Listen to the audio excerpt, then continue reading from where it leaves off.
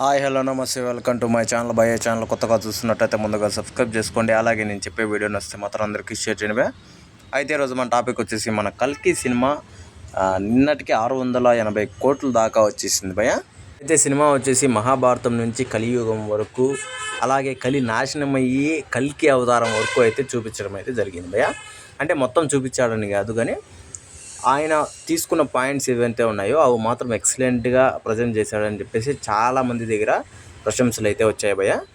అలాగే నాగ్ అశ్విన్ అన్న ఈ స్టోరీని దాదాపు 5 ఏళ్ళు కష్టపడి స్టోరీని అయితే ముందుకైతే తీసుకురావడం అయితే జరిగిందంట భయ్య.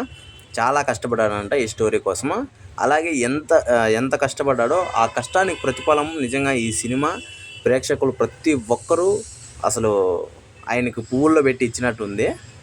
అలాగే చాలామంది ఆడియన్స్కి ఒక రేంజ్లో అనిపించిన సినిమా. ఇంకా ప్రభాస్ అన్న ఫ్యాన్స్కి అయితే ఇంకా మాటల్లో చెప్పలేరు భయ్య.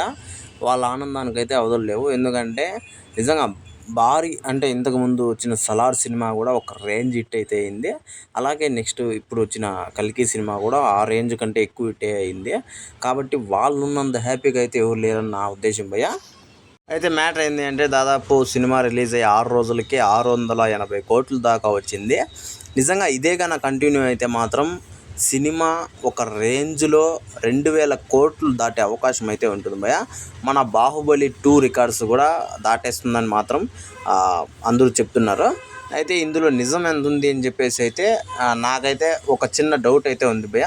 2000 కోట్లు రావాలంటే సేమ్ ఇదే టైప్లో మనకు రోజుకి 100 కోట్ల దాకా 100 కోట్లు దాటి కూడా రావాలని నేనైతే అనుకుంటున్నాను భయ్య. ఖచ్చితంగా వచ్చేస్తుంది కూడా అని ఒక చిన్న డౌట్ అయితే ఉంది.